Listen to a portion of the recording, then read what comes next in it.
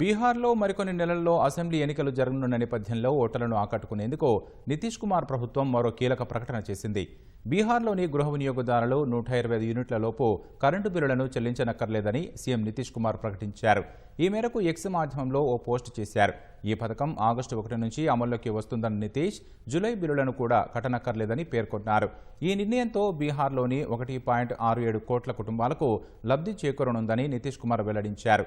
రానున్న 3 ఏళ్లలో గృహ వినియోగదారులందరి మద్దతుతో ప్రతి ఇంటిపై సోలార్ పవర్ ప్లాంట్ను అమర్చాలని నిర్ణయించినట్లు నితీష్ తెలిపారు. కుటీర జ్యోతి పథకం కింద అత్యంత పేద కుటుంబాలకు సోలార్ ప్లాంట్ల ఖర్చును ప్రభుత్వమే భరిస్తుందన్నారు. మిగతా వారికి అందుబాటు ధరల్లోనే వీటిని అందజేస్తామన్నారు. బీహార్లో 10,000 మెగావాట్ల సోలార్ ఎనర్జీని ఉత్పత్తి చేయాలని లక్ష్యంగా పెట్టుకున్నామని సీఎం నితీష్ కుమార్ రాసుకొచ్చారు. బీహార్లో జేడీయూ ప్రభుత్వం మళ్లీ అధికారంలోకి వస్తే ప్రభుత్వ ఉద్యోగాల్లో మహిళలకు 35% రిజర్వేషన్ కల్పిస్తామని నితీష్ ఇటీవల హామీ ఇచ్చారు. వచ్చే 5 ఏళ్లలో 1 కోటి ఉద్యోగాలను కల్పించడమే లక్ష్యంగా పెట్టుకున్నట్లు తెలిపారు.